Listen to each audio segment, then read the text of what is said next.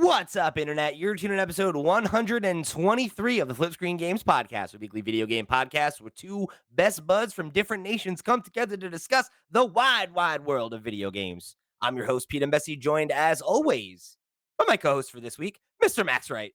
Ahoy, ahoy. Ahoy, ahoy, my friend. How you doing?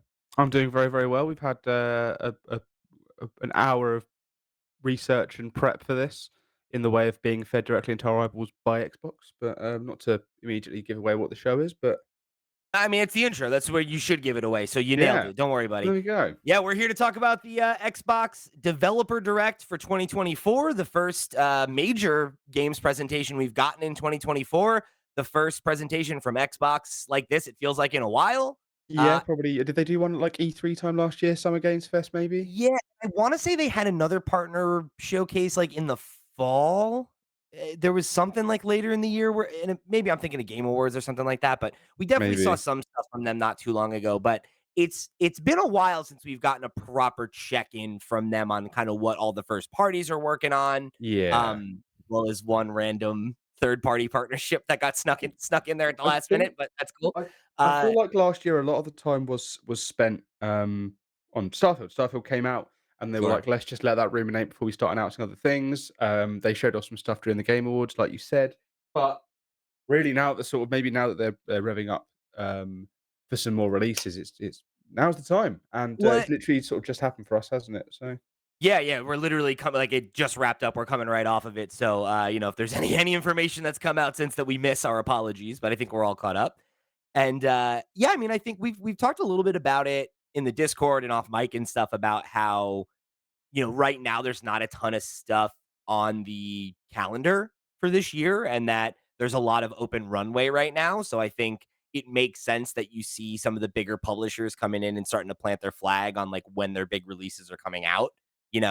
Obviously Xbox doesn't have the best track record when it comes to announcing release dates or windows for games at one of these events and then it actually, definitely coming out across that date, right? They've had yep. a quite a few delays for games that have been announced in this kind of window. But I mean, I think if you can take any of what we saw here to the bank, it looks like a pretty strong year for Xbox, I right? think so, yeah, I mean, I know we say this a lot, and, even before, doing these kind of shows and stuff, I've always felt like there's been like, yeah, this definitely feels like it for Xbox. I remember back in 2015, being at EGX in Birmingham, there's a big signage that says like, the best year or like, the strongest lineup for Xbox or the best lineup for Xbox ever, blah, blah, blah. The And it best had games lineup in that just Xbox history, I that's the remember. one. And it had stuff that just never came out. Fable Legends, is that the name of it? I think. And then just a bunch of stuff that either didn't come out or Yeah. didn't really wow. Or that Uh, underperformed, yeah.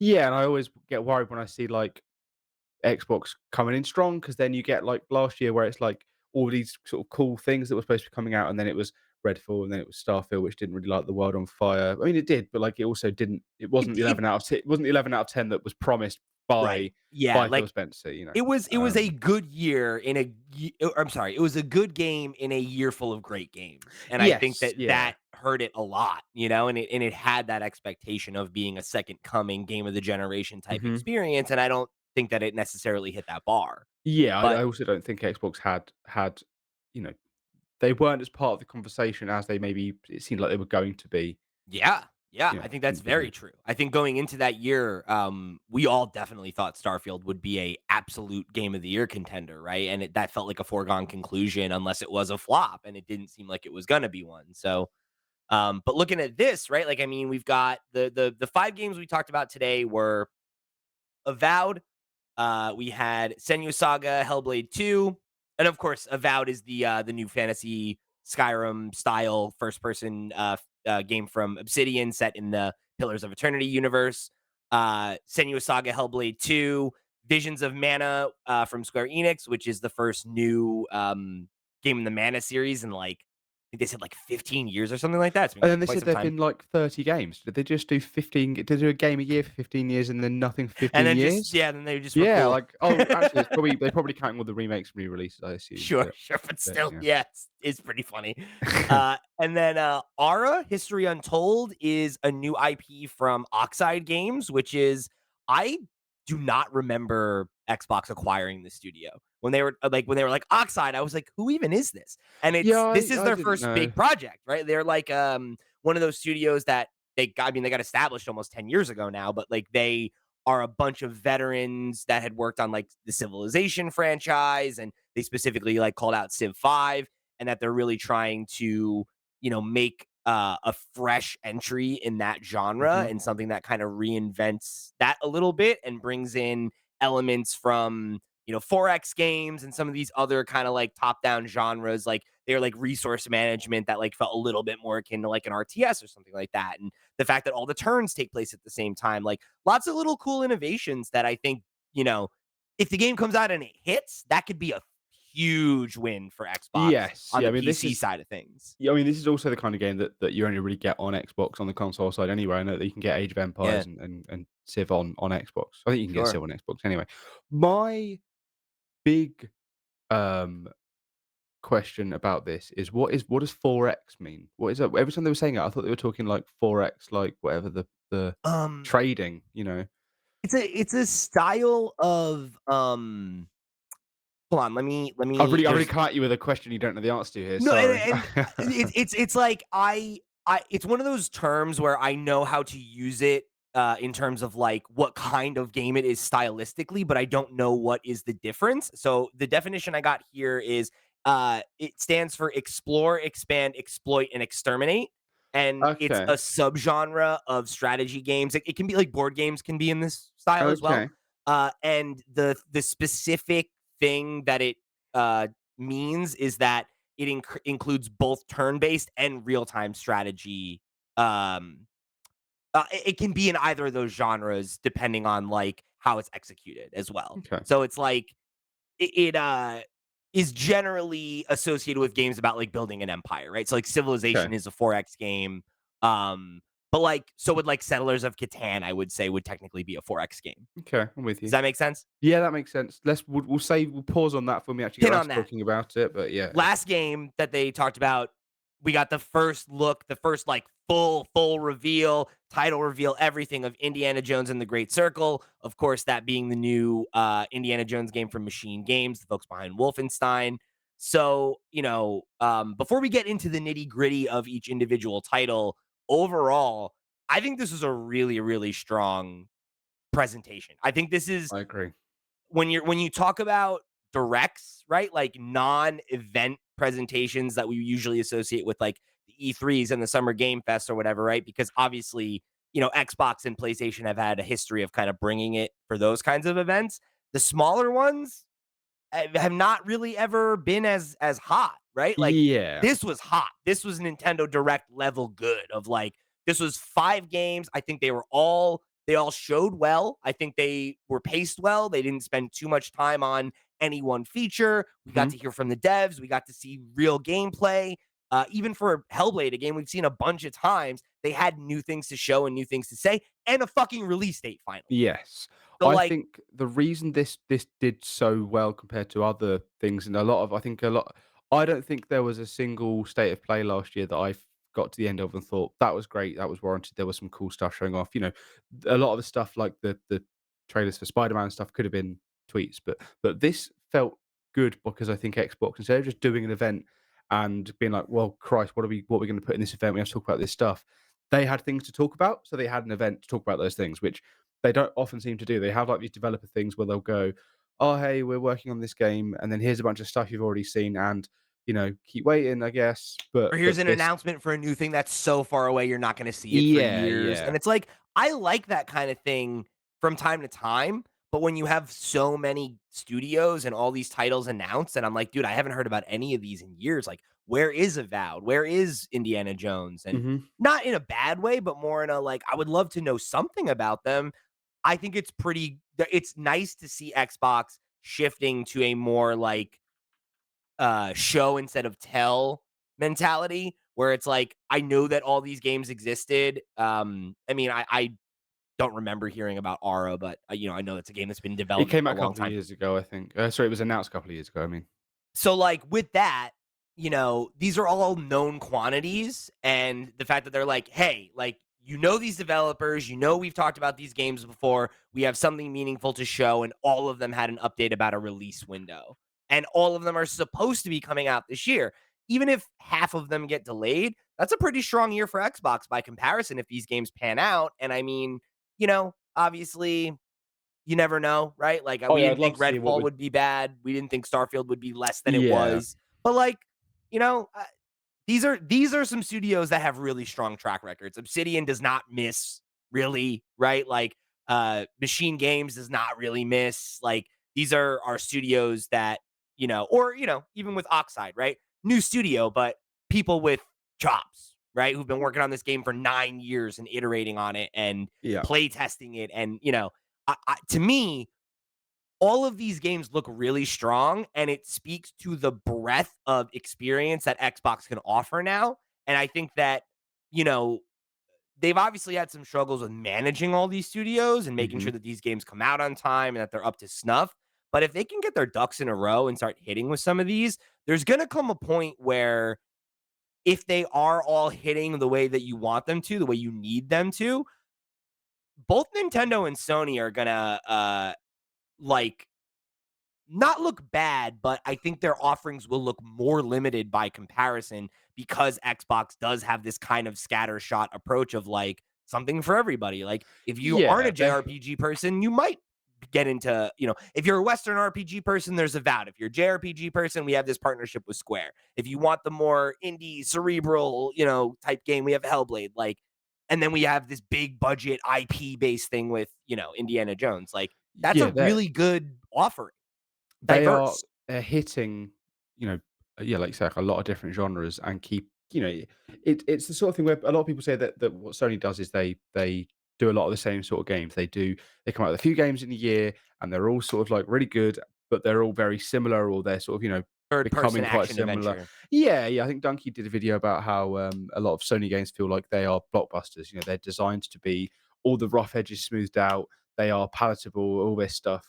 Um, Whereas I think Xbox has so many, you know, varying sizes of games. They have the smaller games, the download only games, the big games, stuff that's only on Game Pass, stuff. All these sorts of bits and Yeah. pieces that it is easier to look at them as a macro and say, oh, overall Xbox isn't doing very well. But I'm sure if you dug down into the micro, you could actually say, well, that was good, that was good. And this seems to be them really pointing out, like, yeah, look, we've got all of these different things, and these are all going to be good. And also, all of this stuff is stuff people have been looking forward to. They Yeah. didn't. They didn't then. Maybe Visions of Mana. They maybe picked out as a. But I know that's a storied franchise.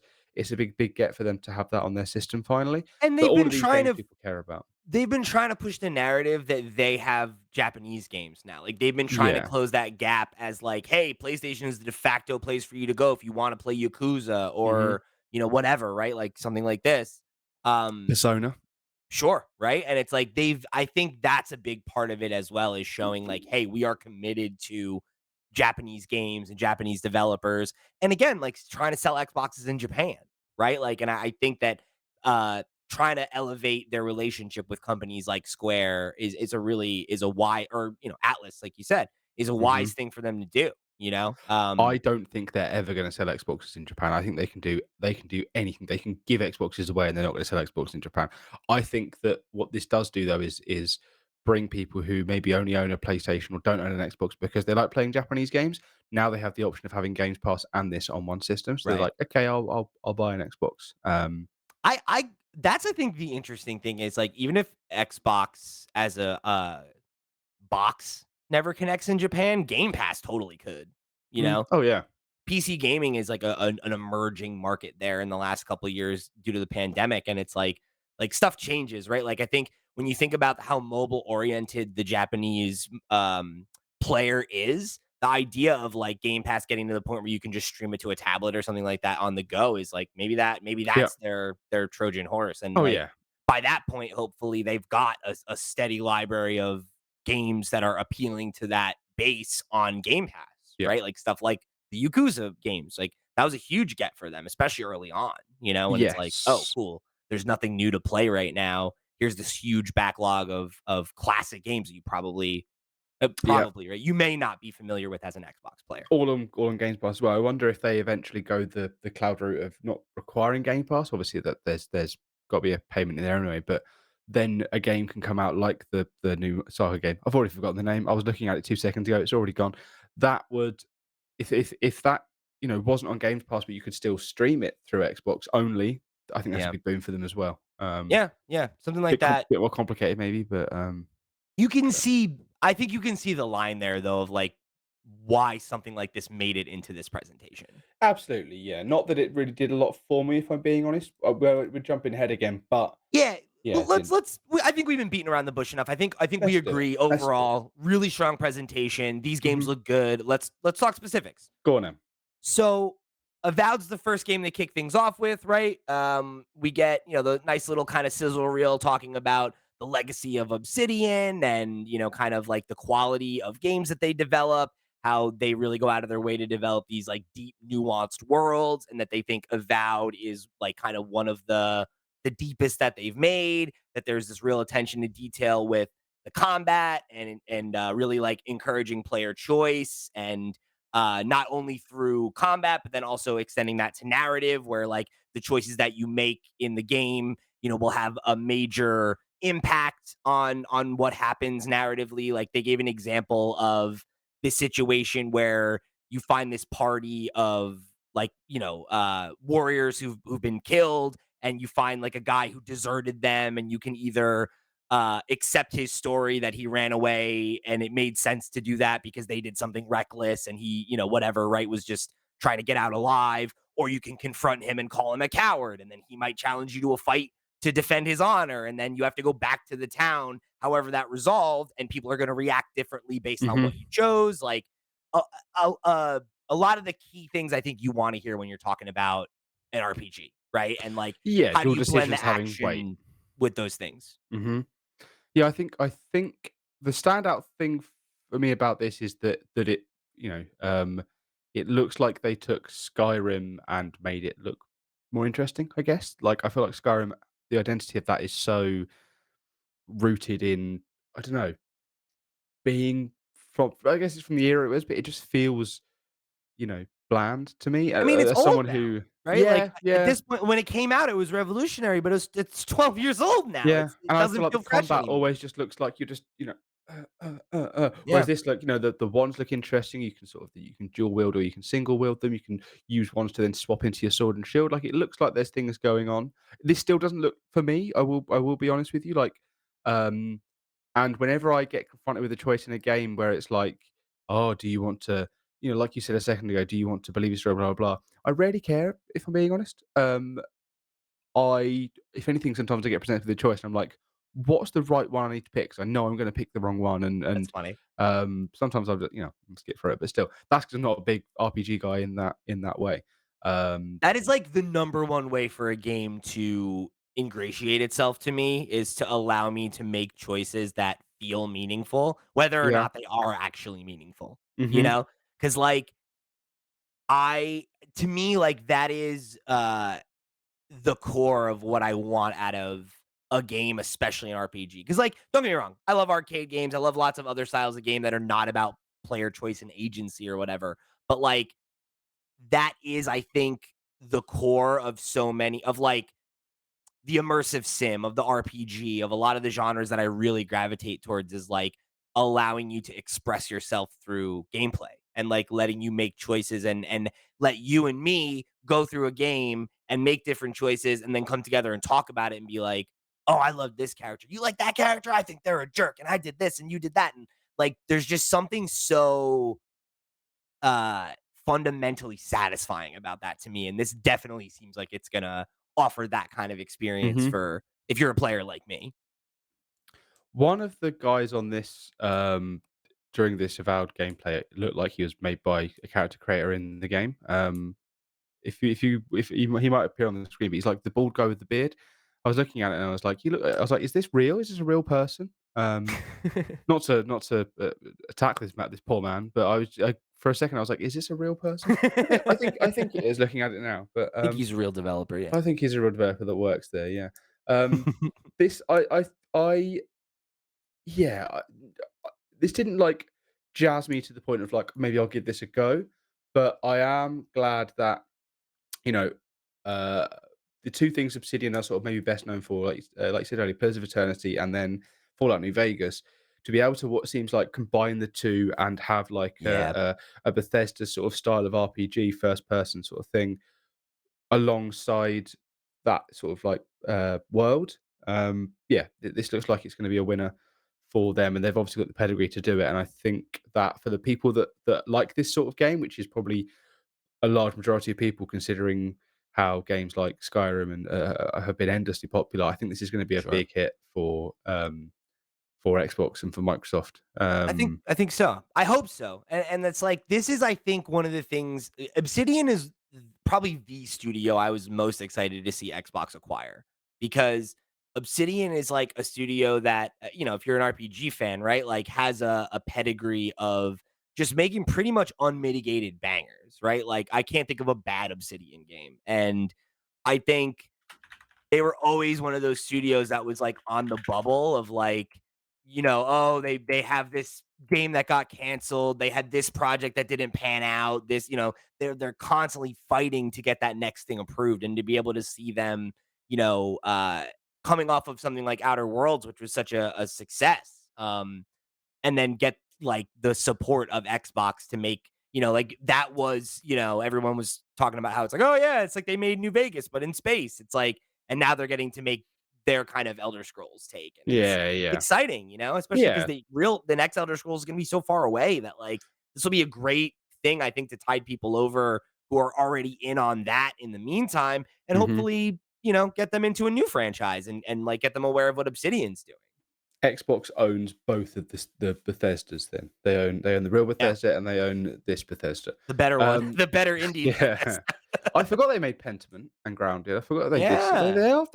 They do some varied stuff. Pentiment was awesome. That was one of my favorite games of Yeah, that I year. That's a great yeah. little indie gem and, One of those sort of like came out of nowhere sort of things. It was like a passion project, wasn't it? Yeah, yeah, and so was Grounded. Grounded was like a thing that yeah, they were just working on and they thought it was really cool and Xbox supported it and, it's been quietly establishing itself as a thing. I think it like could potentially, see a similar arc to what they did with Sea of Thieves, where it's like that game came out and it was like, "Oh yeah, it's pretty good. People like that, right?" And then years later it finally was like, "Oh, no, like this is thriving now," right? Like they iterated on it for a couple years and it clicked, yeah, yeah, yeah. So Yeah, I it's rate Obsidian exciting to then. see. I'll It's give them exciting that. to see. I think you're probably right. I think if it comes out and it plays as good as it looks, I think this could be a big win for them and for Obsidian for sure. Definitely on Absolutely. my list. One I'm really looking forward to. And it's supposed to be coming out what did they Did say? it It say was f did they say fall 2024 or am I fall mixing that with the other one? 2024 was yeah, the window for that one. So, Yeah. not too far off. So let's talk about the second game we got a look at was Hellblade 2. Hellblade 2, finally. This is one of those games where, I've never been an Xbox guy. There are games that I've played, on Xbox or games that I've played using Games Pass, but I've never really been a guy that's owned an Xbox or anything like that. When when Microsoft acquired Ninja Theory did they acquire Ninja Theory actually? I think Yep. they did. They Yeah, did. yeah, They and were one of the made first ones that, like in that wave of like Obsidian and mhm. Double Fine. I think they were one of the first Yes, ones that they was picked it. up. Yeah, yeah, yeah. So when that happened and, there was confirmed there was gonna be a sequel, I was there, I was ready for it, and I've been waiting every single Xbox event. The only reason I watch them generally 4 is, years. are we gonna get any Hellblade 2? And we got that wicked trailer where it was like her, chanting, like, terrifyingly into the camera. I think it was one of the Game Awards, and I was like, "Yes, we're so close to news," and I think that was 2 years ago. So I was so glad to see that this was being, we were going to see it. And I was really impressed by what they showed. I think it looks really great. I think, is it Melinda, I think, or Melina, who plays Oh, I don't Senua? remember. Yeah. She is fantastic. Do you know the story about that? That she was just, they needed a stand in, so she Yeah. sort of did it, and then they were like, And well, then yeah, she was so great that they made it. they were Yeah. like, And you are now. yeah, and I forget she was like I forget what she did at the company before, but she was just a person who worked there. Yeah, yeah, yeah. They just needed a stand in, and yeah, she's smashed it. I think she's really done a good job of like embodying, her and sort of making her feel like a real character, and, that's what I felt like about the first game, is it was so intense, and it was you really felt like you were with her in a way that games don't often do for me. And Yeah, this seems to be doing the same. Because the thing about like games where it's super realistic and you're maybe you're role playing or maybe you're playing something like Grand Theft Auto where it's so realistic that you're sort of immersed in that way. Whereas to be immersed and feel like you're right there with them when it is something ridiculous is happening, like she's now in hell with this giant like baby yeah. thing. Um, that's quite it's a very impressive thing for them to do. I think, uh, and I'm this is a game that I never got around to playing the first one. I missed it when it came around, and Have you still not? yeah, I still haven't, and Whoa! I'm definitely gonna play it before this one comes around. It's been on my list for a long time to like circle back to when there's time for Mhm. it, right? At the Um, time, it was one of the most visually impressive games that I've ever played. I'd like to see if that's still the case yeah, now, if you were to play it, if you have the same, like, wow aspects that I reaction. had playing that game, yeah. Um, But that said, the thing that I thought was most interesting about it was, like, the way that it uses audio and the way that they worked with people to try and, emulate the experience of being somebody who has delusions, right? Mhm, And what how that would affect your point of view, right? And, that is something I think, again, we're talking about like the ways that a video game can kind of like win me over right away. That's another, I think, one of the real strengths of the medium, right? Is that like because video games are interactive and you're the one controlling the character, you're the one making decisions. There is that kind of experiential feeling of like this is happening to me, and it fosters a connection with that main character in a way that I think is more difficult to do in other mediums. And I think using games to try and this was even the actor who you were talking about. She said this near the end, right, where it's like even if you don't relate to her experience, maybe you know somebody who's gone through this, or maybe you have a loved one who knows somebody that went through something like this, and this could help you understand them a little bit better and relate to what their experience is a little bit better.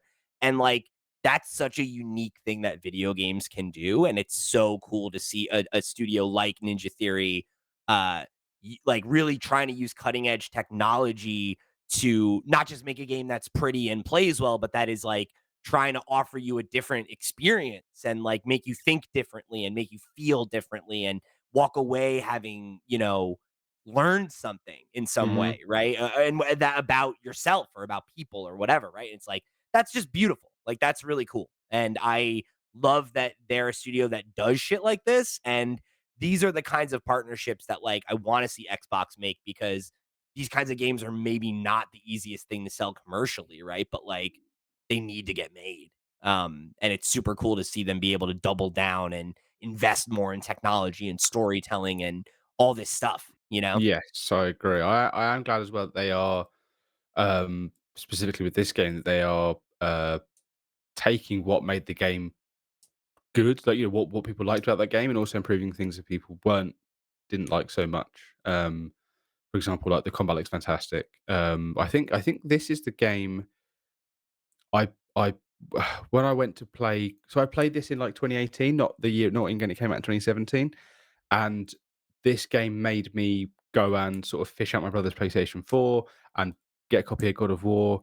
The PlayStation 4 was too loud, I didn't end up playing it, but this, like, really gave me that feeling of, like I was like, "This really reminds me of God of War, and I would like to, play that game now," and it just come out, like, months beforehand, but yeah, I think this still stands out to me at that time of as a really special game, and I'm looking forward to this coming out on the 21st of May. It's soon. Yeah. And that was another thing for me was that like this is a game that I think they've just showed too much. And like we've seen it so many times and talked about it so many times that like I actually like audibly groaned a little bit where I was like, God, like just give me a release date already. Like I really just want a release date. And I think to your point, they actually had a good showing of new stuff and dynamic stuff and like it re-engaged me and then it gave me a release date. And I was like, "Oh, great. Good trailer. Good trailer." I was like I was so ready to be annoyed I was seeing this again and now I'm excited again. So, well played. I would recommend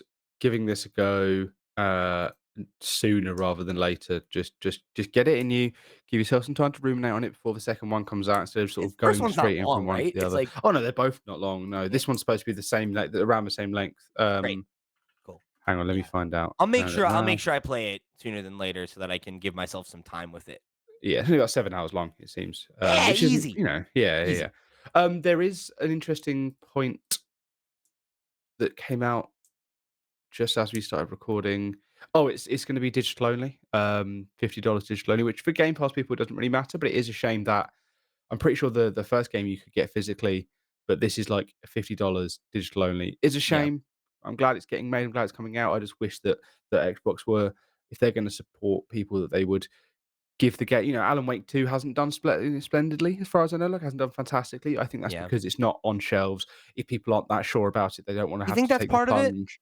I do think that people maybe if they're not too sure on the game, or they, $50 for a game they're not really sure about, or they can't return if they don't like it, it's a lot to ask. And also, yeah, Yeah. also just it's just you don't walk into a game shop and see Alan Wake 2. You don't you don't go into like your local Walmart or Tesco's for us, I guess, Yeah, it's and just see like Alan Wake 2. Yeah, that there is gets no such physical advertising. that's such a tough thing though, because like that costs a lot of money, and it's Oh, like I agree. it's like how much does that actually move the needle for a game? And it's I don't know if Alan Wake 2 had this big marketing budget, maybe it would have sold better and on and on. But it's like I don't know, right? It's like that kind of game is Yeah. just that's such a tall order to get made at all, right? Like let Yeah, alone the fact that it exists in the first place because Epic were willing to take that risk on it. It was never gonna, like, set the world on fire and sort of, change, how people maybe perceive the first game, which again was a very niche title. But I do think that had there been a physical option available, people might that have been might have more helped. willing to go. And I wonder if it's the same for this one. But then again, It the is beauty of going to this be on one is Game Pass, Game which is a Pass. So huge yeah. boon, right? Because I think a Mhm. lot of people will play it that would have never ever touched it just because it's Yeah, free. yeah, and I think the first game probably had a second run when it came onto Game Pass after they bought it, because I remember thinking of that very much as a PlayStation game when it first Sure. came out, and then I played it on PC. I wonder, it might have even been exclusive at the very beginning to PlayStation and then on PC, but I mean, I played it on PC, and I'll be definitely playing this one on Games Pass on PC I anyway, wonder so I wonder if you might not see them do some kind of thing with this kind of game where they do a collector's edition like down the line where it's like, hey, like if you actually fuck with this game, you can buy it physically, but we don't have to like put the risk of putting it in targets to see it underperform or yeah. something.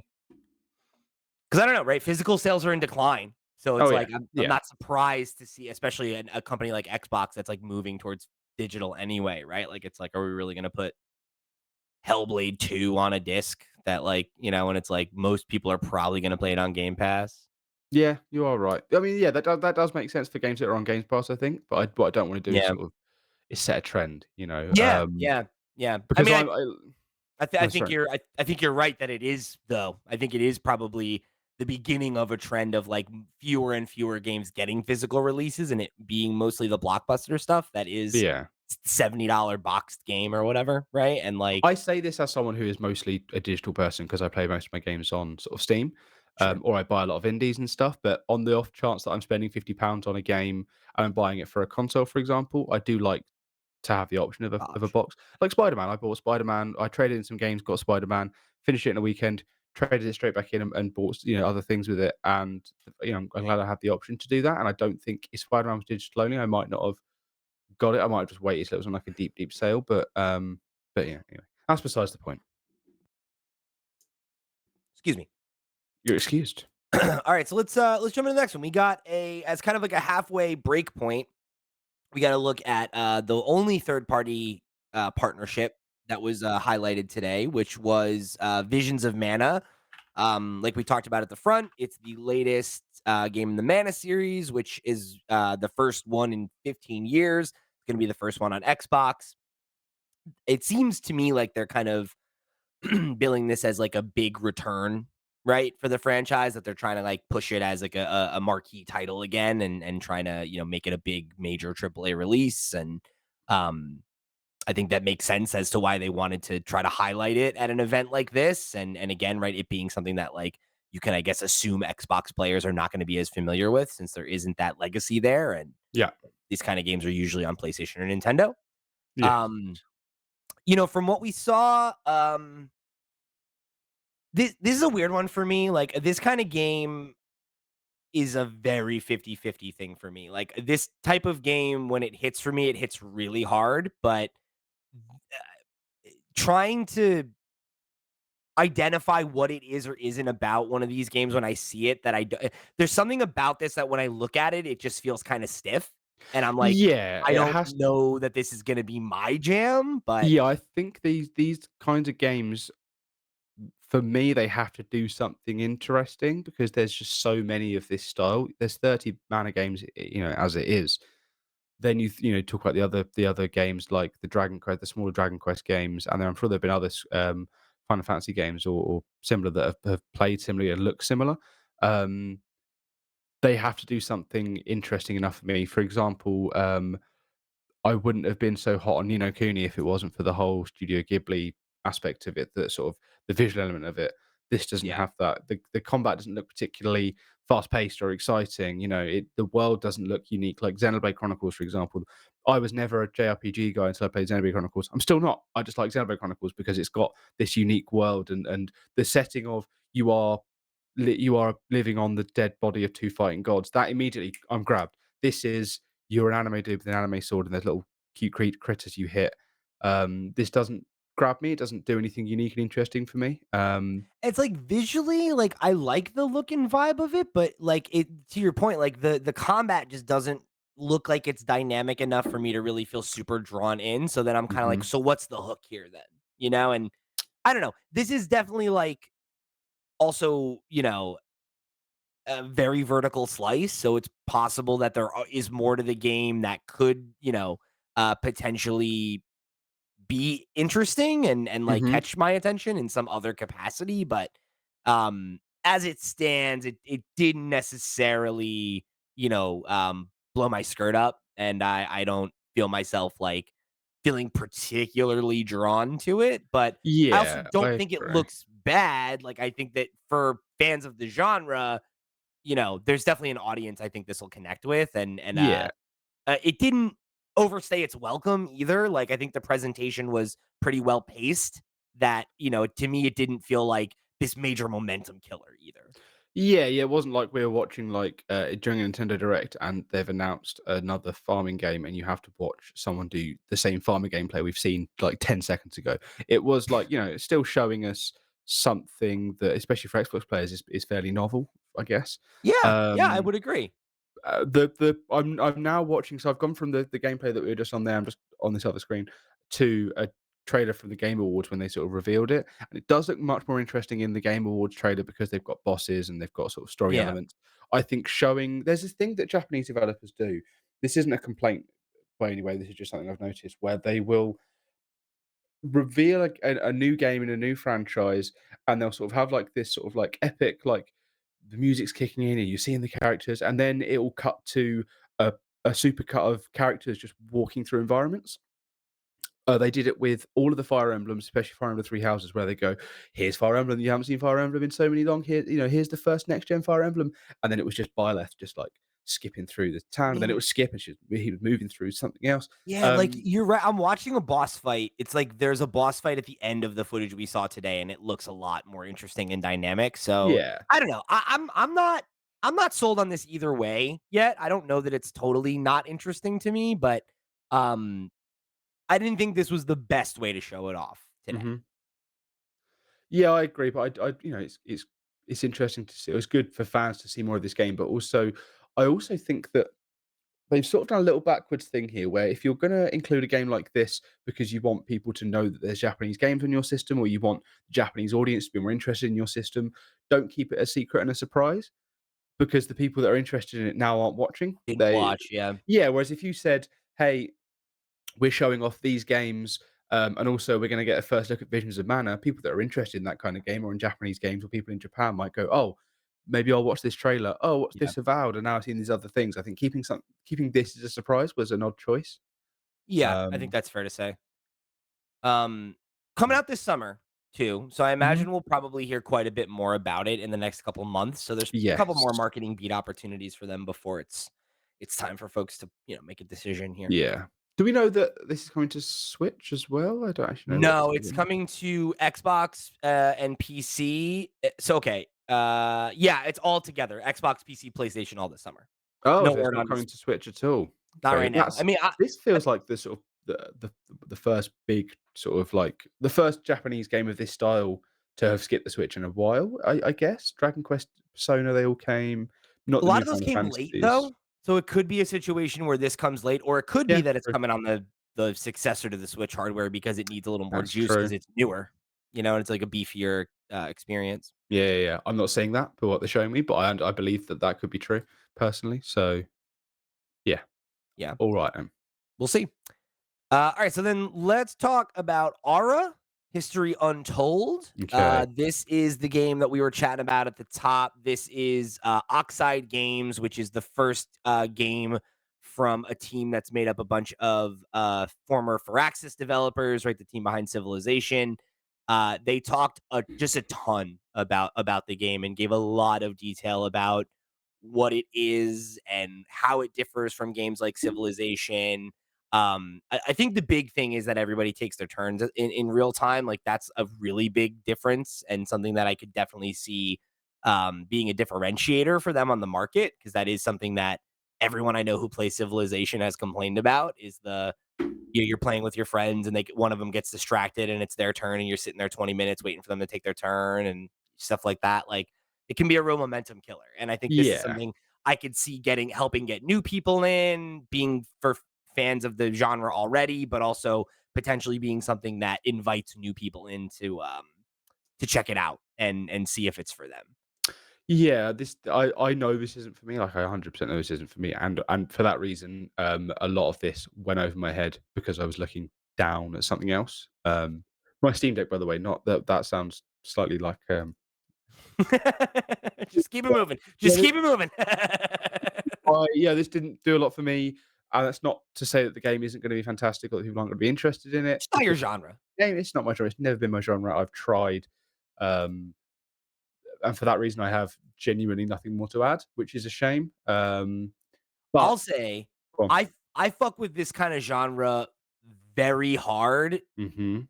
in short bursts, right? Like it's never been a genre I've been like um all in on, but like I've played Civ, I've played the Age games, I've played stuff like Tropico, and those are obviously a little bit different, but I think that's the thing is this game is trying to kind of bring all of those things together, right? Like the all of those different genres that are kind of related, but there's a lot of nuance between them. And that to me seems really interesting. Like it seems like a very dynamic um experience and one where there's a lot of systems, but the way that they're explaining them, they seem very approachable. And I could Mhm. see this being a way, if you are somebody like you who just like has never gotten into a game like this, but maybe you got a friend that's playing and you're like, yeah, whatever, like I'll give it a shot. Um, I don't know. I can see it. I can see it. And I think it's really cool that they're really doubling down on the like different styles of victory thing and how like you can build your civilization around they actually I've got it up on the screen right now. It's perfect. It's commerce, culture, government, industry, military, religion, or science. And obviously that's how Civ works or whatever, right? Like you can get all these different kinds of victories, but it definitely seems like it's very built into the way that your civilization develops and like the ruler that you choose and like they showed some pretty interesting things where it's like you can like invest in military technology and like by the future you'll be making mechs and stuff like that. It's Yeah, like yeah, yeah. that's cool, man. Like there seems to be a lot of depth there. Yes, I think yeah, I think this is for the specific, person, I think this is gonna do very, very well. I've actually just realized this isn't on Xbox at all, it's just on PC, so I Just on take PC. And take back what I I said at the think start of this show. I think you're right though that it will come to Xbox, like the same way that they developed the system for Age that works really Mhm. well. Age of Empires 2 on Xbox earlier this year was like or last year was fire. It works really well. So I wouldn't be surprised if it eventually comes if they can figure out a control scheme. But even if not, like that's a huge boon for PC. Like it's cool to see them getting more exclusive PC games on Game Pass PC.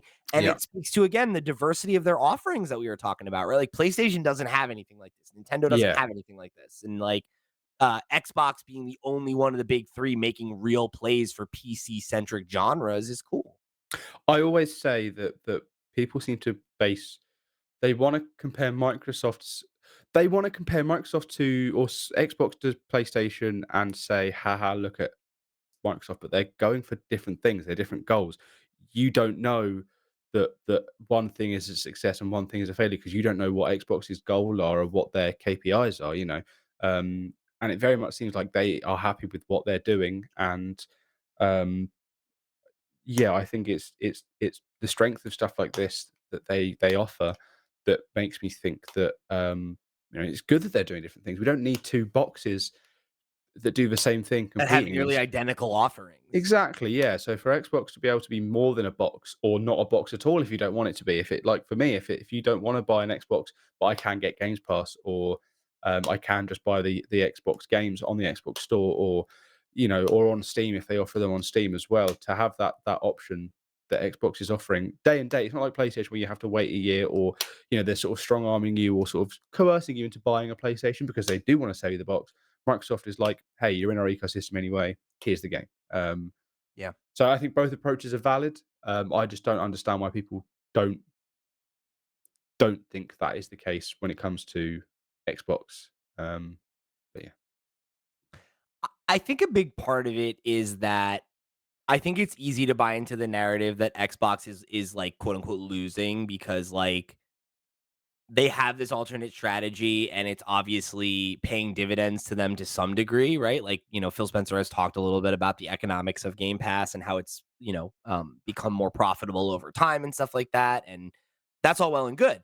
And I think most people would agree that the value as an Xbox player is certainly there. But I think it gets very easy to buy into this narrative that they're losing when you look at on a hardware level, right? Like obviously PlayStation is eating their fucking lunch, whatever. But then on a software level too, right? Like it's like if all of the releases they had been like unmitigated bangers and it wasn't mostly the more niche titles that are really good and that like are easier to be overlooked because like I loved Pentiment, I loved As Dusk Falls, I loved, some of these other smaller games that, you know, came and went for a lot of people.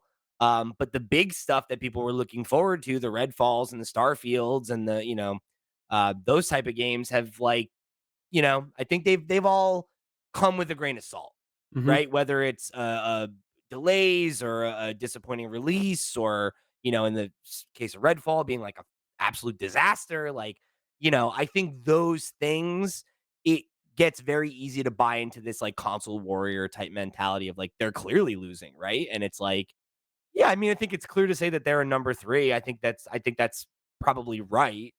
Yeah.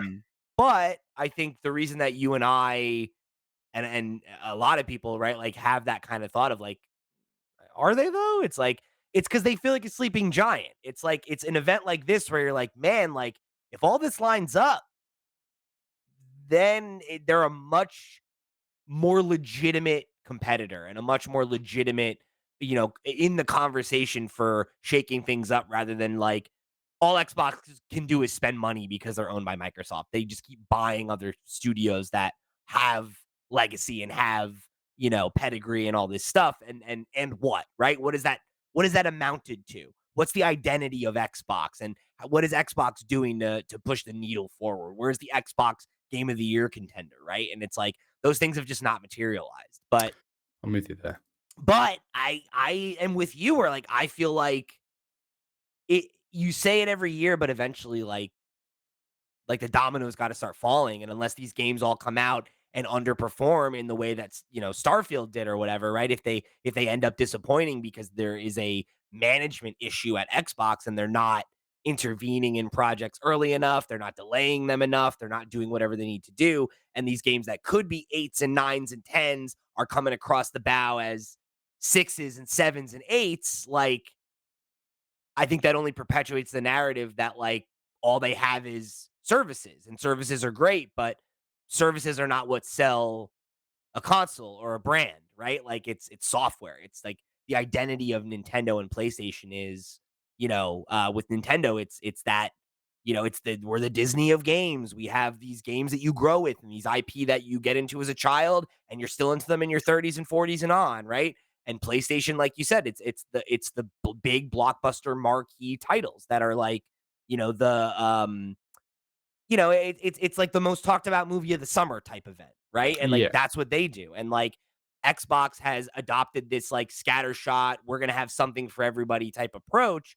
And that works for the individual if you like some of those games, but I think it makes it easy for the narrative to turn against them, and have it be this kind of like what are the wins I can point to for them, right? Like Halo wasn't what it was supposed to be. Starfield wasn't what it was supposed to be, right? And it's you they just don't seem to have the momentum that PlayStation had with Spider-Man or The Last of Us or whatever, Yeah, right? you are correct. Yeah. But this last game we're going to talk about, maybe this is one of the ones that they need, right? We Yes, have yeah. Indiana Jones and The Great Circle, and I think this looks really promising, right? Like this is Yeah, they revealed the name. I feel like I read the name recently or I heard the name recently. I thought we already knew the name for some reason. Maybe not. I don't know I don't why. think so. I think it was Because the revealed Great here. Circle, when they said the Great Circle, I was like, "Oh, but we knew that." I don't know why Maybe we there was a knew. leak or something that you Maybe. saw?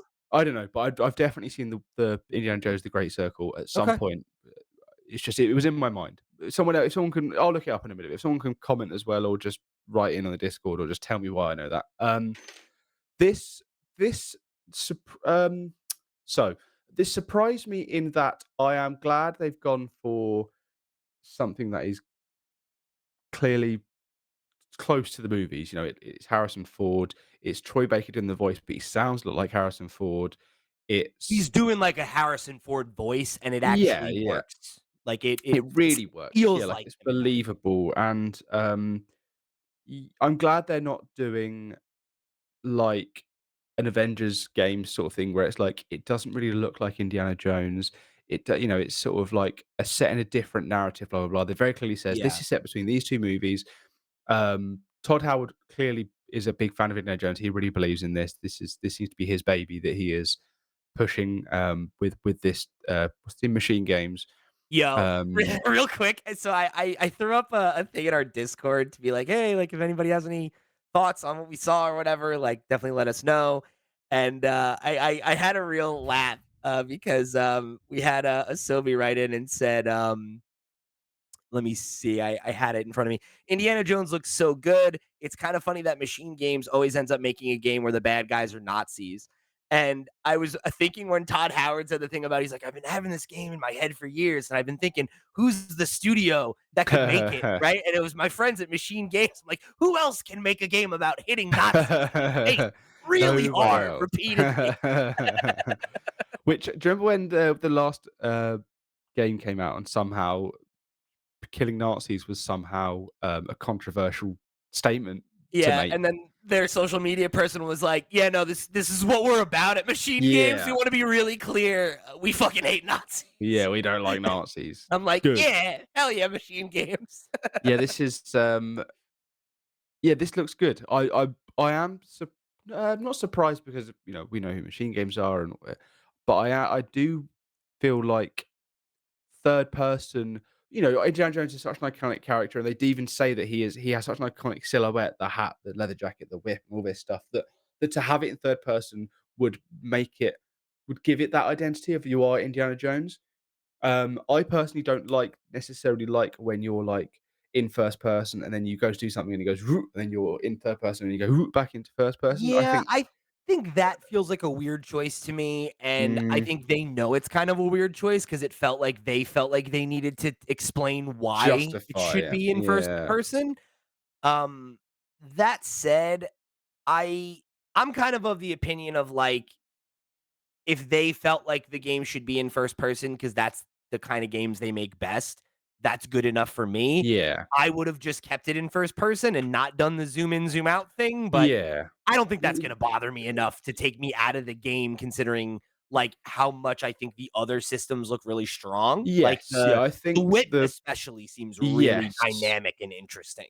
Now, Nintendo sort of proved in 2002 that you can do first person grappling hook sort of stuff with Metroid Prime. Totally. Um, but yeah, I think the whip looks really cool. I think the first person is a lot easier to get your head around, a lot easier to sort of understand and appreciate when you see like the level of detail they're going with the puzzles. there's no way of Yeah, doing a lot of that stuff without making it really cutscene heavy, as opposed to you actively being involved in the puzzles. And it seems like that's the way they were describing it. It's like, oh, Indiana Jones is a clever person. If you're welcome to do this, but also if you feel like you want to go punch some people and use your kind of revolver and barrel solve the through puzzle. stuff. Yeah, and I think that's a really great approach to a game like this, to sort of like not force you to. The last thing you want to do is be forced to be in a room with a bunch of stuff, and you're like, right, I just have to. I've got this thing. What do I do with it? I'm just going to sort of, I guess, walk over here, and then a cutscene starts, and you do it, and you're like, okay, cool. That didn't feel good. I What you like want to that be it able to. sorry, Sorry, finish your point. I was going to say what you like being able to, what I like that you have the option of doing, or what it seems like they want you to do is really think about, right, what is this thing, what's around me, almost like an escape room sort of game, which I think a lot of the Indiana Jones stuff from the movies, the iconic put the bag in the thing as you pick up the thing because the weight Right. is the thing, that feels like very an escape room thing. And I think a lot when you're doing escape room, like a real life escape room, a lot of them do feel like Indiana Jones stuff of like, right, if I put this on here, there's a pressure, you put pressure on here, even though it's just a Yeah. man watching on a camera that's like, okay, they've put the thing on there, so now I can press this button and open this tomb. That's the sort of feeling you want from an Indiana Jones game. And I think they've probably nailed it really well here. Yeah, yeah, I'm inclined to agree. And I think like to your point about the first person thing, like there is that kind of like first person, like the witness, like that kind of immersive Hmm. puzzle game, like um roots there. And like I can totally see how that makes sense, not only just for, the IP, but I guess like for the genre and for the way they've chosen to kind of present the world and the character. It's like marrying those two genres makes sense, right? And it's cool that, they're kind of pulling from it's like the immersive sim kind of school of thought, where it seems like you can kind of like they were like, "Oh, almost all the puzzles are optional," right? And it's like, "Oh, okay, that's interesting." So, like, are there multiple ways for me to sneak inside? Like, if I use a puzzle, does that give me some kind of tactical advantage because I, got through in a quiet way? Or am I, they showed a thing where you're like sneaking around up the top of a room, like you're like in, Dishonored or Batman or something, and then like jumping down onto enemies. So it's like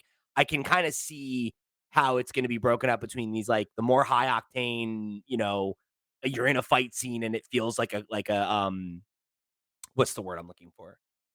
Like an arena combat situation. And then Hmm. there's going to be the more stealth stuff and the puzzles and like you can see how that all threads together for something that I think could be really interesting. And then they showed a couple scenes that are like reminiscent of like the big set pieces in Uncharted where you're like jumping across planes and shit. And it's like, Yes. yeah, okay. Yeah. Yeah, like the vision for this seems very clear, and Yeah.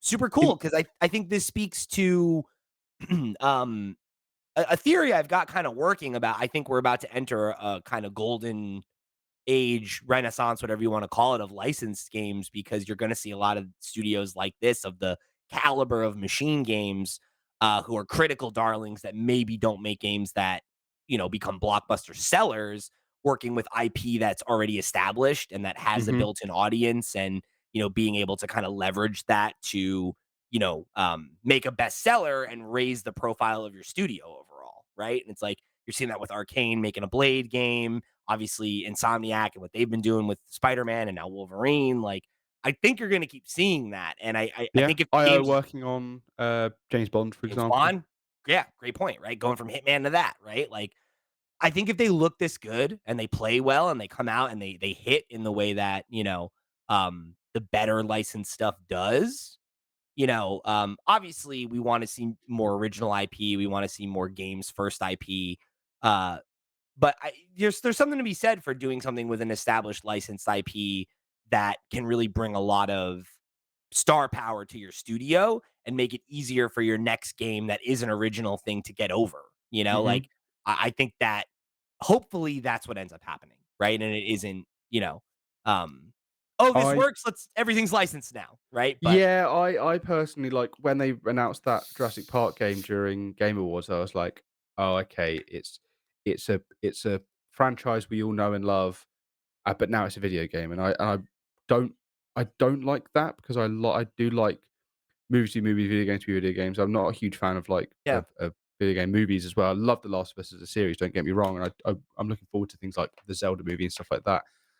But I do think that like just taking what we know from from the movies and making it a game, there's got to be a very specific crossover. There's got to be a really strong vision for that to Totally. work for me, and I think this has that vision. Whereas the Jurassic Park game we saw, every bit of that trailer was, I know that from the movie Jurassic Park. I know Yeah. that bit from the movie Jurassic Park. Whereas this is, at no point in this was I like, oh, he's doing the thing that he does. It was like, oh, this is the character Indiana Jones. He's involved in the thing. They're using the world. They're using the the setting, and they're using Harrison Ford well. It's not, oh, you're not Indiana Jones. You're an Indiana Jones, adjacent character in the Indiana Jones universe. There's Or like there's young Indiana Jones, and he doesn't sound anything like we know. He doesn't look yeah, it's like, yeah, yeah. And I think that's and I know you and I are a little bit different on where Spider-Man 2 landed, but I think that's what works so well about Spider-Man 2018, right? Is that like it is this whole like okay, you as a person, right, probably have familiarity with Spider-Man. If you like Spider-Man, if you care about Spider-Man, there's certain things you've probably always wanted to do or try or have that feeling of swinging through the city or whatever, right? And I think like seeing the way that the whip is being used and stuff like that, I'm like, okay, like this has a vision, this has a direction. It's not just let's cash in on an IP. It's yeah, let's take a really talented game developer and match them with an IP that makes sense for their studio, that they have appreciation for and care for, and that they can steward to make it something that is meaningful and that feels like uh it's additive to that IP, right? Like it's a meaningful addition to the Indiana Jones IP rather than just like cashing in on nostalgia. And yeah. you're going to see a lot of those bullshit Jurassic Park style cash-ins on nostalgia for sure. Um, I hope that you see more stuff like this though, I that agree. hits that bar and then hopefully can help a studio like a Machine Games, like an Arcane that or like an IO, right? That make these great critically, successful games that just don't really break into the mainstream.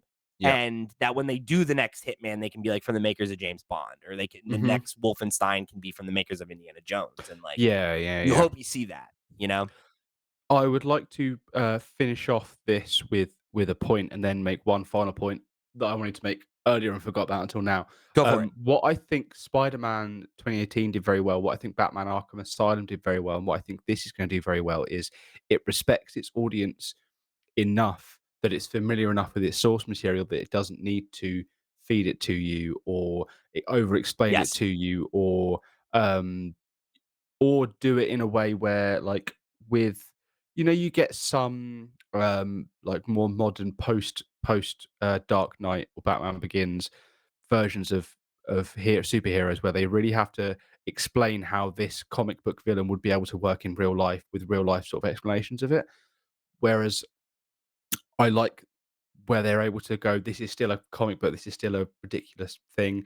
You're already familiar with it. Um, we've made some changes, but by and large, You'll we you'll like understand that you'll figure it out, you'll figure it like out. You know it already. We're not gonna treat you. And also we have 20 hours to explain this to you, not a 2-hour movie or something like that, which is exactly. where I think the movies don't go well. I think this is gonna do that in a very good way where they they Yeah. they don't have to sort of force feed you this is who Indiana Jones is, this is who he is as a character, these are the things that he does, blah blah blah, because you know Yeah. that because they've There's specifically said confidence. it's between these films.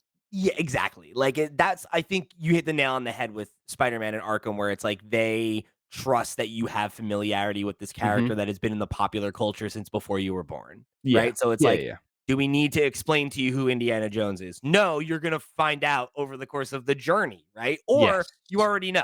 So like yeah, let's yeah. hop in and go for the ride. Yeah.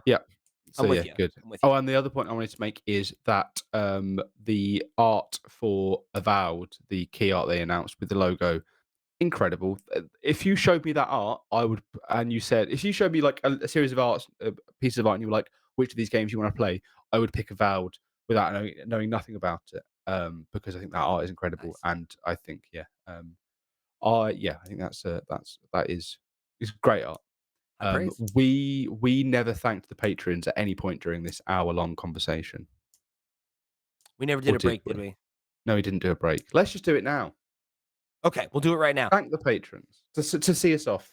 Okay, okay. And I'll tell you what, I did this on Nintendo Noise the other day as well, and apologies. It's been a it's been a We tough didn't have a start. doc. We didn't have a document in front of you specifically telling you to do it.